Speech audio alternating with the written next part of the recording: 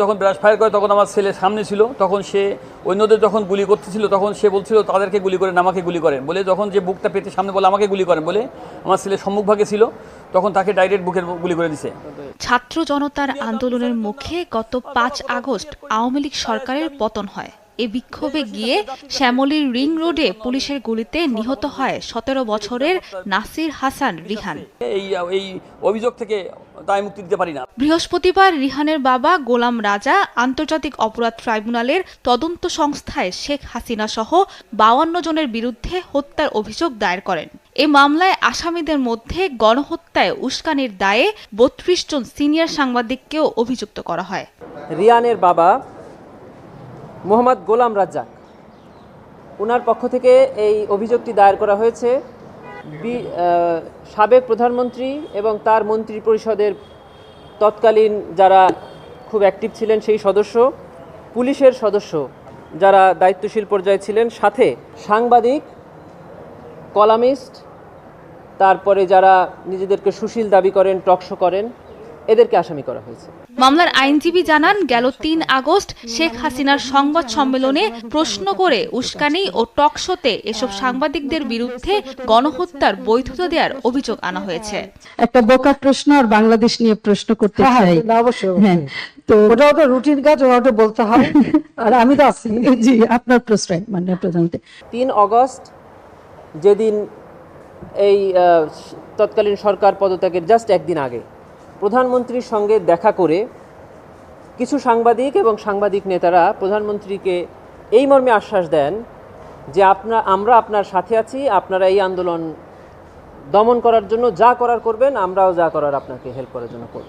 China থেকে ফিরে প্রধানমন্ত্রী যখন সাংবাদিক সম্মেলন করলেন, সেখানে প্রধানমন্ত্রীকে কিছু প্রশ্ন করা হয়েছিল। আপনারা দেখে থাকবেন যে ওগুলো প্রশ্ন না, ওগুলোর মধ্যে আসলে প্রশ্ন থাকে না, ওগুলোর মধ্যে থাকে শুধু প্রধানমন্ত্রীর প্রশংসা এবং এমন কিছু কথা থাকে যেটাতে প্রধানমন্ত্রী উত্তেজিত হন, এবং ওখানে বেশ কয়েকজন সাংবাদিকের প্রশ্নে প্রধানমন্ত্রী উত্তেজিত হয়ে এই ছাত্র জনতাকে, আন্দোলনরত ছাত্র জনতাকে রাজাকারের বাচ্চা, রাজাকারের নাতিপুতি, এই জাতীয় কথাবার্তা বলে তাদের উপরে গণহত্যা চালানোর জন্য উনি উস্কানি দেন। সে কারণে সে সকল সাংবাদিক, মিডিয়াকর্মী এবং সুশীলদেরকেও এই মামলা আসামি করা হয়েছে।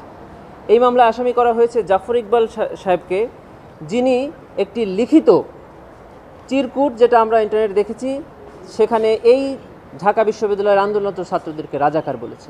এ পর্যন্ত হাসিনার বিরুদ্ধে হওয়া ১০২ মামলার মধ্যে ৮টি দায়ের হয়েছে আন্তর্জাতিক অপরাধ ট্রাইব্যুনালে। ট্রাইব্যুনাল পুনর্গঠন হলে আসামিদের বিরুদ্ধে গ্রেফতারি পরোয়ানা জারি করার আবেদন করবে তদন্ত সংস্থা। সাবরিনা মজুমদার, দেশ টিভি, ঢাকা।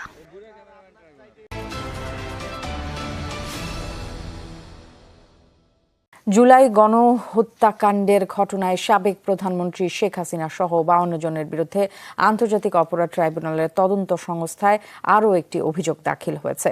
এরই মধ্যে গণহত্যায় উস্কানি দেয়ায় ৩২ জন সিনিয়র সাংবাদিককে অভিযুক্ত করা হয়েছে।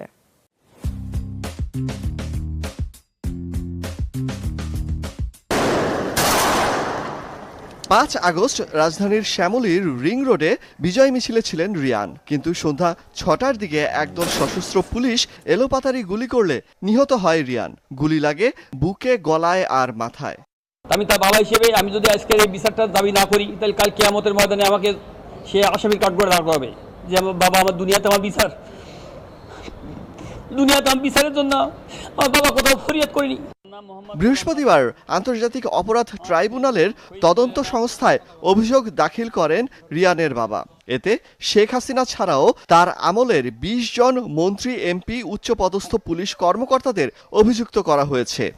সাবেক প্রধানমন্ত্রী এবং তার মন্ত্রী পরিষদের তৎকালীন যারা খুব অ্যাক্টিভ ছিলেন সেই সদস্য, পুলিশের সদস্য, সাথে ৩০ জন সাংবাদিক, কলামিস্ট, তারপরে যারা নিজেদেরকে সুশীল দাবি করেন, টকশো করেন, এদেরকে আসামি করা হয়েছে। অভিযুক্ত ৫২ জনের এই তালিকায় অর্ধেকের বেশি সাংবাদিক। মূলত ৩ আগস্ট শেখ হাসিনার সাথে দেখা করে এক টকশো করেছিলেন তারা। সেখানে গণহত্যাকে বৈধতা দিয়েছিলেন এই সাংবাদিকরা বলে উল্লেখ করা হয় অভিযোগপত্রে। বিভিন্ন ধরনের বিভিন্ন মিডিয়াতে বিভিন্ন উস্কানিমূলক বক্তব্য দিচ্ছে। এই মিডিয়া ওই বক্তব্যের কারণে আরও বেশি পুলিশ প্রশাসন বা অন্যান্য প্রশাসন আরও বেশি ডেসপায়ার্ড হয়ে তারা এই ধরনের হত্যাকাণ্ড চালিয়েছে। এই জন্য আমি তাদেরকে এই অভিযোগ থেকে দায় মুক্তি দিতে পারি না, বিধায় আমি তাদেরকে আসামি করে এই মামলায় অন্তর্ভুক্ত করেছি। মিরপুর বিসিআইসি কলেজের প্রথম বর্ষের শিক্ষার্থী ছিলেন 17 বছর বয়সী নাসিব হাসান রিয়ান। অলক হাসান, যমুনা নিউজ, ঢাকা। এবার জুলাই গণহত্যার ঘটনায় সাবেক প্রধানমন্ত্রী শেখ হাসিনা সহ 52 জনের বিরুদ্ধে আন্তর্জাতিক অপরাধ ট্রাইব্যুনালে অভিযোগ দাখিল করা হয়েছে। গণহত্যায় উস্কানি দেওয়ার জন্য 29 জ্যেষ্ঠ সাংবাদিককে অভিযুক্ত করা হয়। আইনজীবী MH গাজী তামিম বলেন, ছাত্র জনতার আন্দোলনে প্ররোচনা ও উস্কানি দিয়ে গুজব ও মিথ্যা সংবাদ ছড়িয়ে জাতিকে বিভ্রান্ত করায় এই অভিযোগ দায়ের করা হয়। অথর ইয়াসমিনের রিপোর্ট। গণ আন্দোলনে গেল 5 আগস্ট আওয়ামী লীগ সরকারের পতনের পর শ্যামলীর রিং রোডে বিজয় মিছিলে নেতৃত্ব দিচ্ছিল 17 বছরের নাসিব হাসান রিয়ান। মিছিলটি শ্যামলীর অ্যালায়েন্স হাসপাতালের সামনে আসলে পুলিশের গুলিতে নিহত হন সমন্বয়ক রিয়ান। আন্তর্জাতিক অপরাধ ট্রাইব্যুনালের তদন্ত সংস্থায় শেখ হাসিনা সহ 52 জনের বিরুদ্ধে অভিযোগ করেন। উস্কানি দিয়ে ছাত্রদের খুনের ঘটনায় সাবেক 8 মন্ত্রী প্রতিমন্ত্রী, আইন শৃঙ্খলা বাহিনীর সদস্য ছাড়াও জাফর ইকবাল, নিঝুম মজুমদার ও মেজবা কামালকে অভিযুক্ত করা হয়। অভিযুক্ত সাংবাদিকদের তালিকায় আছেন ইকবাল সোভান চৌধুরী, ফরিদা ইয়াসমিন, শ্যামল দত্ত, মোজাম্মেল বাবু, সাংবাদিক দম্পতি শাকিল রূপা, মুন্নি সাহা, জয় মামুন, নবরিতা চৌধুরী, মিথিলা ফারজানা সহ 29 জন জ্যেষ্ঠ সাংবাদিক। একাদশ শ্রেণীর রিয়ানের স্বপ্ন ছিল পাইলট হবার। সেই স্মৃতিচারণ করে তার বাবা গোলাম রাজ্জাক হত্যার জন্য ঘাতকদের শাস্তি দাবি করেন। যখন ব্রাশ ফায়ার করে তখন আমার ছেলে সামনে ছিল, তখন সে অন্যদের যখন গুলি করতেছিল তখন সে বলছিল তাদেরকে গুলি করেন, আমাকে গুলি করেন বলে, যখন যে বুকটা পেতে সামনে বলে আমাকে গুলি করেন বলে আমার ছেলে সম্মুখভাগে ছিল, তখন তাকে ডাইরেক্ট বুকের গুলি করে দিছে। আমি তার বাবা হিসেবে আমি যদি আজকের এই বিচারটার দাবি না করি তাহলে কাল কিয়ামতের ময়দানে আমাকে সে আসামির কাঠগড়ে দাঁড় করাবে। দুনিয়াতে আমি বিচারের জন্য আমার বাবা কোথাও ফরিয়াদ করিনি। আইনজীবী জানান, যারা শেখ হাসিনার সঙ্গে দেখা করে আশ্বাস দিয়ে গুজব ও মিথ্যাচার করেছিলেন, মামলায় সেই সব সাংবাদিকদের আসামি করা হয়েছে। এই মামলার বাদী তিনি প্রধানত উল্লেখ করেছেন যারা 3 আগস্ট 2024 তারিখে বেশ কিছু সাংবাদিক এবং সাংবাদিক নেতৃবৃন্দ তৎকালীন প্রধানমন্ত্রীর সঙ্গে দেখা করে মানবতা বিরোধী অপরাধ এবং গণহত্যা যে চলছিল তখন সারা দেশে, সেটার সাথে একাত্মতা ঘোষণা করেন এবং সেটি চালিয়ে যাওয়ার ব্যাপারে প্রধানমন্ত্রীকে উৎসাহ প্রদান করেন। শেখ হাসিনার বিরুদ্ধে গত 13 আগস্ট রাজধানীর মোহাম্মদপুর থানায় প্রথম হত্যা মামলা হয়। ক্ষমতাচ্যুত প্রধানমন্ত্রীর বিরুদ্ধে এ পর্যন্ত 100টি হত্যা মামলা করা হয়েছে। 15 জুলাই 2024 থেকে 5 আগস্ট 2024 পর্যন্ত এই সকল ঘটনা বাংলাদেশের যেখানে যা ঘটেছে সকল ঘটনাই এখান থেকে উস্কানি হয়েছে এবং এখান থেকে।